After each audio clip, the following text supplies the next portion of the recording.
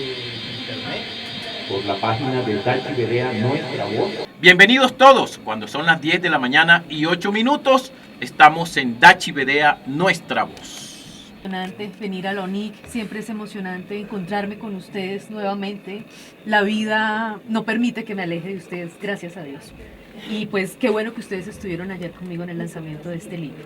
Bueno, era lo menos que podíamos hacer. Yo me atrevo a decir, y lo está diciendo Richard Leguízamo Peñate, desde mi lineamiento y digamos que la relación que he tenido con pueblos indígenas en Colombia, Nancy ha sido una colaboradora permanente de todas estas causas de los pueblos indígenas, de las organizaciones que están o que digamos confluyen en la Organización Nacional Indígena de Colombia.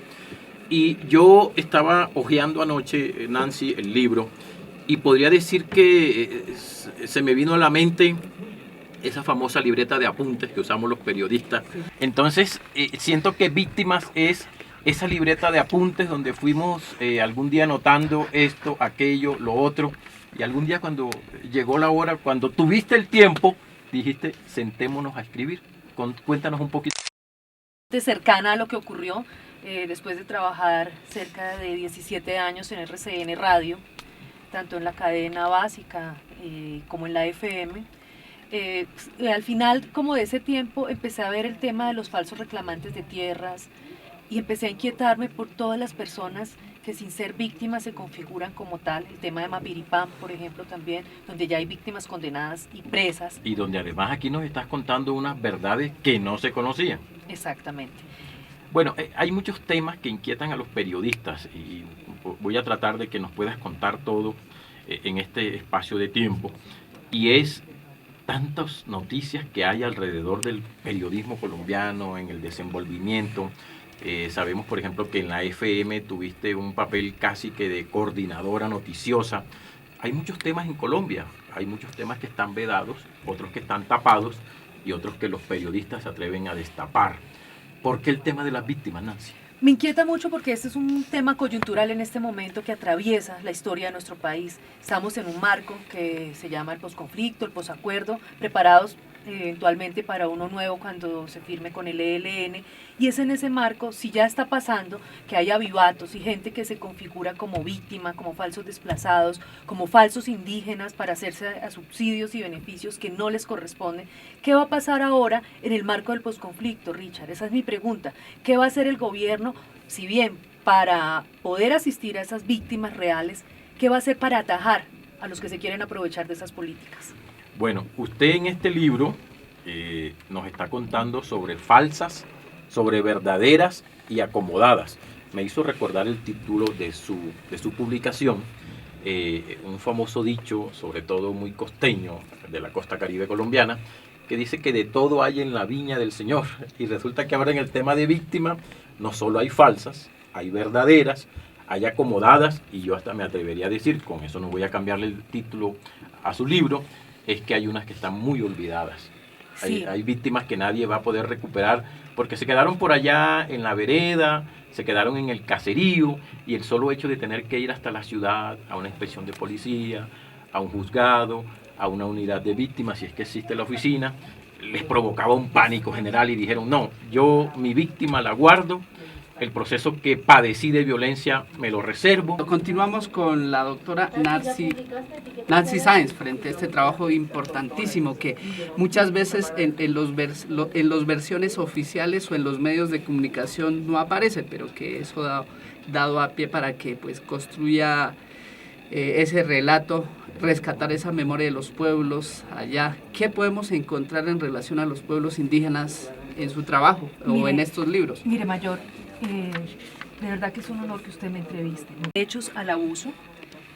Tiene una frase de Ortega y Gasset que dice: quien quiera enseñarnos una verdad, que no nos la diga, que nos sitúe de tal modo que la podamos descubrir nosotros mismos. Yo, para este capítulo del tema de los indígenas, hay un caso emblemático en Colombia, que es el caso del resguardo de Túquerres, en Nariño, pueblo Los Pastos. Yo entrevisté al mayor Juan Ascuntar Chaucanés. Para mí es un indígena que merece toda la admiración del mundo. Es un señor que viendo desde hacía 16 años que un colono los estaba gobernando, se estaba apropiando de muchos beneficios que le corresponde al pueblo indígena, estaba aumentando irregularmente el censo, porque en 10 años... El caso de Silvio Lagos. El caso de Silvio Lagos. Exacto, ajá. Y fíjese que este mayor, valientemente, con 6 atentados encima, hizo la primera tutela, que yo tengo acá una parte, de su puño y letra. Esta primera tutela la hace él a mano y la logra que se la fallen a favor del Tuvo que pueblo. haber un proceso bastante largo, ¿no? De Porque años y 16 años 16 que un años. personaje gobierna y que infla el censo y que eso pues también los medios de comunicación dieron a conocer y que pues es muy importante, yo creo que este trabajo que se rescata.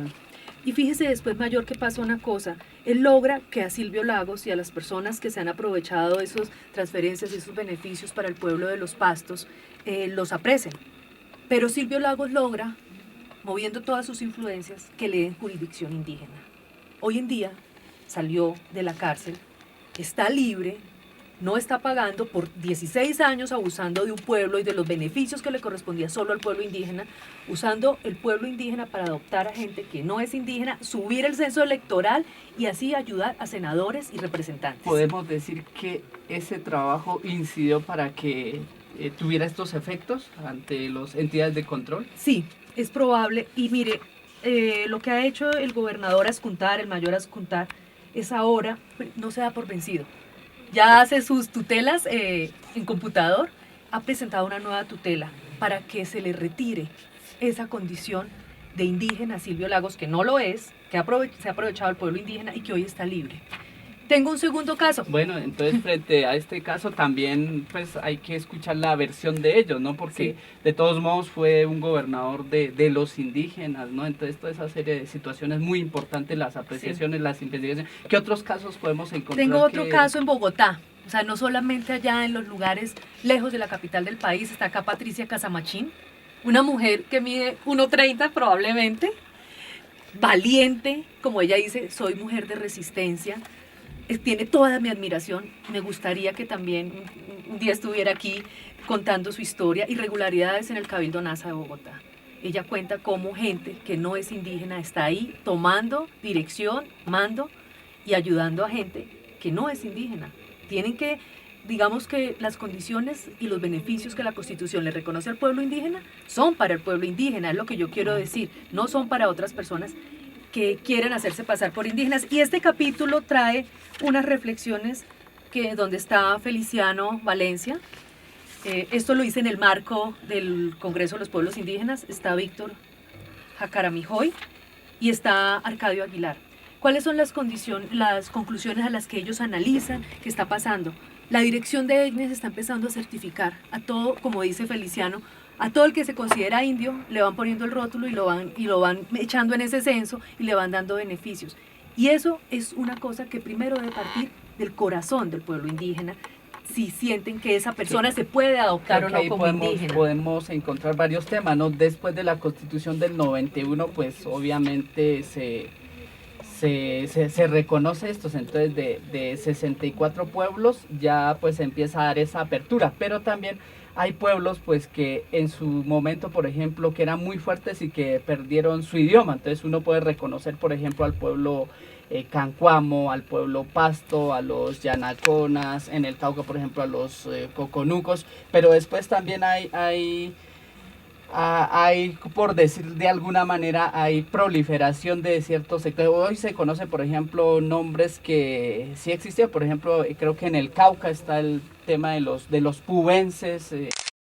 A veces nosotros los pueblos indígenas yo creo que cuestionamos el tema de la legalidad y la legitimidad. Muchas veces la legalidad permite que se den estos casos, por ejemplo el tema de la proliferación, mientras en la legitimidad pues los pueblos pues tendrían su territorio, el espacio, el idioma, todas las costumbres tradicionales. Entonces hay una situación que pues toca, que es complejo y muy relativo, que toca que analizar. Pero por ejemplo, lo legal, ¿qué es lo que hace? Por ejemplo, si una cultura se quiere recrear y crear, patrimonio cultural e inmaterial a través del Ministerio de Cultura lo reconoce. Entonces hay un contexto entre la legalidad y la autonomía de los pueblos indígenas y la autonomía de los pueblos indígenas basados en la legitimidad y una legalidad que también permite estos desbordes, por ejemplo. Claro, Mayor, ¿usted qué opina? Y ahora yo paso acá a preguntar, yo que también soy periodista. Como yo entrevisté a varias personas acá, no tuve en ese momento la oportunidad de haberle hecho una entrevista, pero se la hago ahora tan oportuna para analizar ese tema. Ya me ha dado muchas pistas sobre lo que opina, pero ¿considera usted que esa decisión de adoptar a alguna persona que se considera indígena, de dónde debe venir particularmente la decisión de la adopción? La decisión de la adopción, yo creo que tiene que ver mucho de la relación con la tierra, o sea, hay unos antecedentes, hay unas generaciones muy importantes. Yo creo que lo principal es esa relación, esa conexión que se tenga con ese espacio, ¿no? Por ejemplo, y que esa conexión tenga sus orígenes, tenga la cosmovisión. Entonces lo que determina, por ejemplo, el origen de los pueblos es la cosmovisión.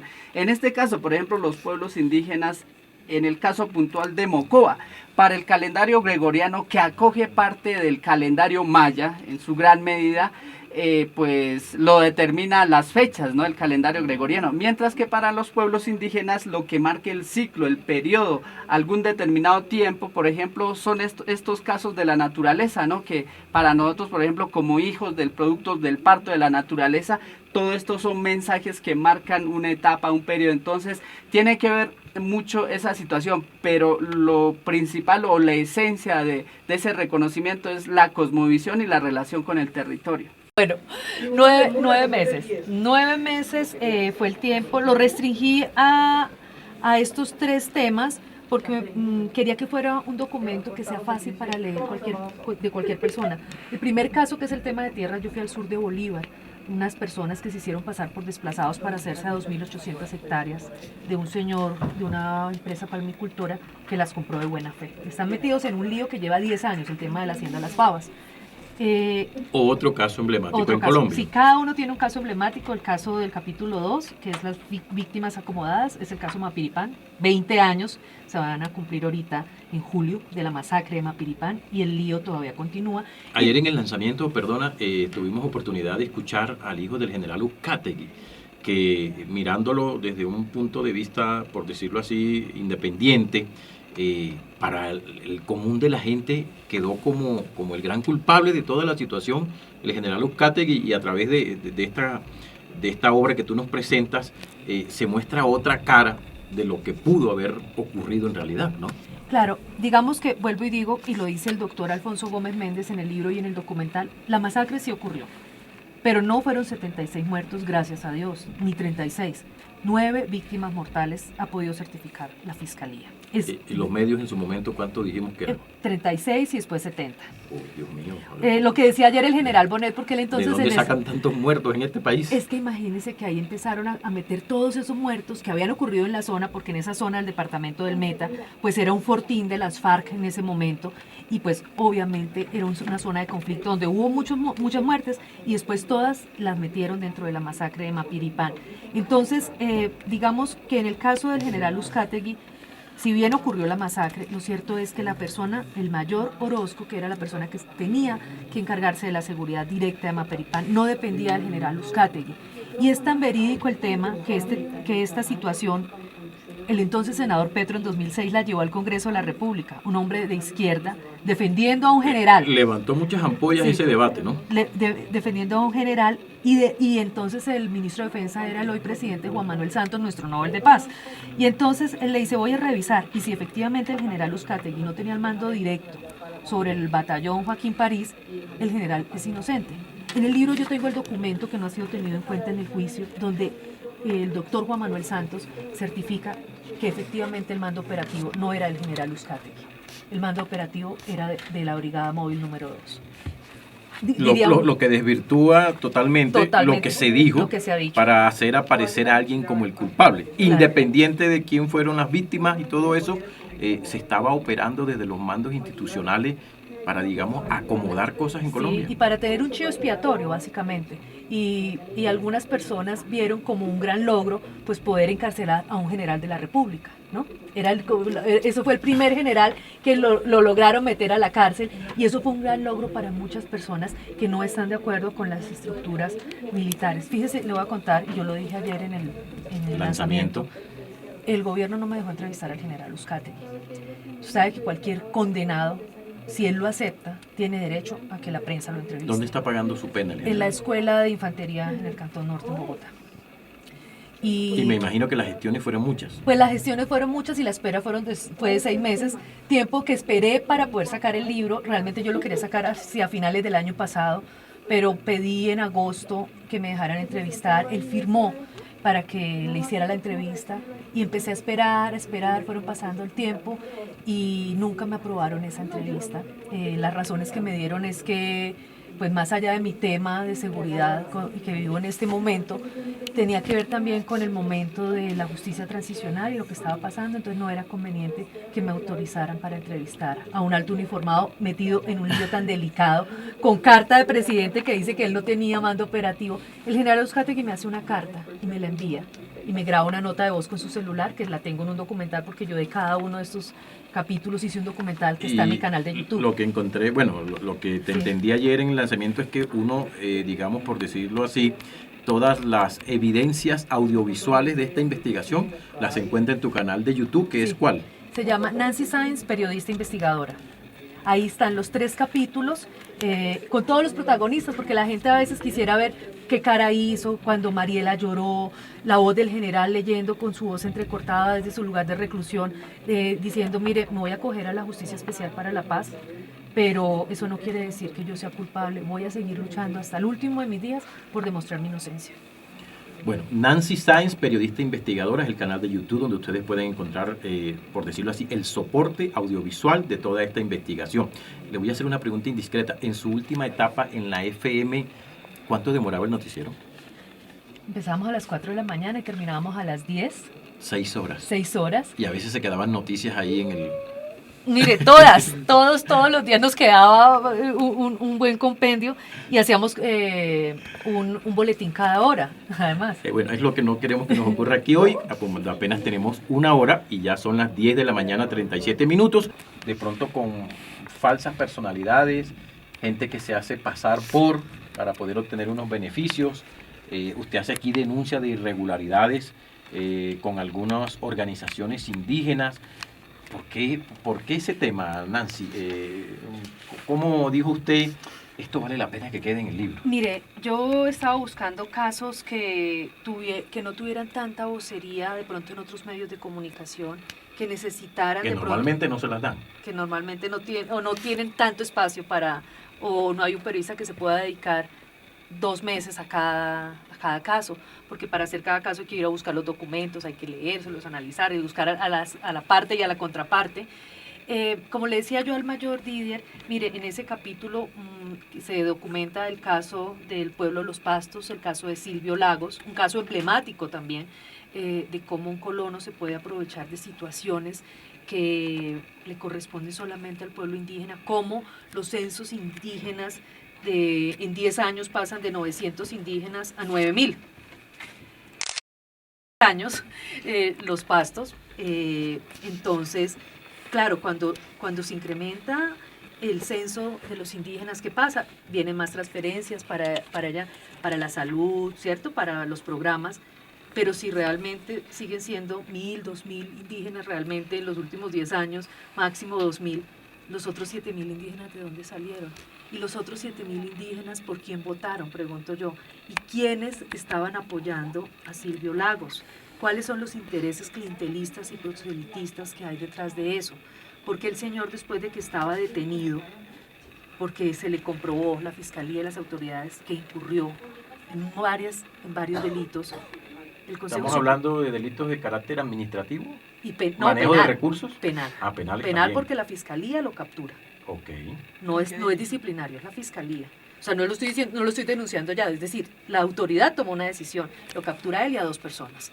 Y después de eso, oh, sorpresa, el señor dice, no, es que yo tengo jurisdicción indígena, yo soy indígena. Y el Consejo Superior de la Judicatura, estando el preso, se lo reconoce y él sale a jurisdicción indígena y en este momento está libre, después de haber usurpado los dineros y los beneficios de un pueblo indígena durante 16 años. Por eso yo digo que el gobernador Ascundar es una persona muy valiente, haber hecho una tutela de su puño y letra, que tengo ahí un reflejo, y haber ganado la primera tutela con la que logra que detengan a Silvio Lagos y logra empezar a llamar la atención. Y ahora tiene una tutela para que no se le reconozca esa jurisdicción indígena y ese señor siga pagando ante la justicia ordinaria por los delitos cometidos y los atropellos cometidos durante 16 años en el sur del país. Mi estimada, vamos a tener que pensar en un próximo programa de manera que podamos contar más infidencias y muchos más secretos del desarrollo periodístico de lo que fue toda esta investigación, que a pesar de que solo tiene 3 capítulos, cuenta muchas cosas importantes y relevantes. Sí. Lo que fue parir víctimas falsas, verdaderas y acomodadas. Bueno, pues fue un desafío del cual me siento agradecida por todos los que me apoyaron. Tengo que decir que es una publicación hecha con el respaldo de la Casa Ibáñez, Editorial Ibáñez, que me ha dado su voto de confianza para la publicación de mi primer libro, y ya veremos con qué nos sorprende la vida. Yo me imagino, y como les decía al principio, que en esa libreta de apuntes donde uno va anotando cositas que después pueden servir para otros proyectos más amplios, debe haber como bastantes cositas apuntadas, ¿no? Tengo bastantes cosas, por lo menos 3 claras apuntadas ahí. Ya veremos qué se decide. Próximos lanzamientos de esta publicación, ¿primera suya? Primera mía, vamos a estar en la Feria del Libro, que se desarrolla en Bogotá entre el 28 de abril y el 6 de mayo, tal vez 8 de mayo. Vamos a estar ahí haciendo nuevamente una presentación sobre este tema tan coyuntural en este momento en el país. La voy a recomendar en la Feria del Libro con un hermano, Darío Leguízamo, que viene desde Valledupar. Él es asesor de la Coordinación Departamental de Cultura y viene a ese tema expresamente de la Feria del Libro. Lastimosamente yo voy a estar en Valledupar por esos días un poco ocupado, pero Sí, bueno, ¿no nos quiere contar con qué? allí tendremos oportunidad después de seguir Festival contando. de la Leyenda Vallenata. Pero yo voy a estar, yo sí voy a estar porque él sí se va a vallenar. Nancy, gracias por estar aquí en ustedes, Dachi Vedea, claro. gracias por compartir con toda la gente que a esta hora nos está escuchando a través del Sistema Indígena de Comunicación, que son varias emisoras en todo el país, además de las personas que a esta hora estuvieron escuchando sus aportes sobre la creación de este libro Víctimas en Italia, en el Reino Unido, en los Estados Unidos, en Alemania y en Francia. Además, pues, de esos corresponsales que desde hoy estrenamos en México y Ecuador, que me imagino y hasta ahora deben estar en internet buscando dónde consiguen el libro Víctimas, ¿no? Va a estar en las diferentes librerías del país.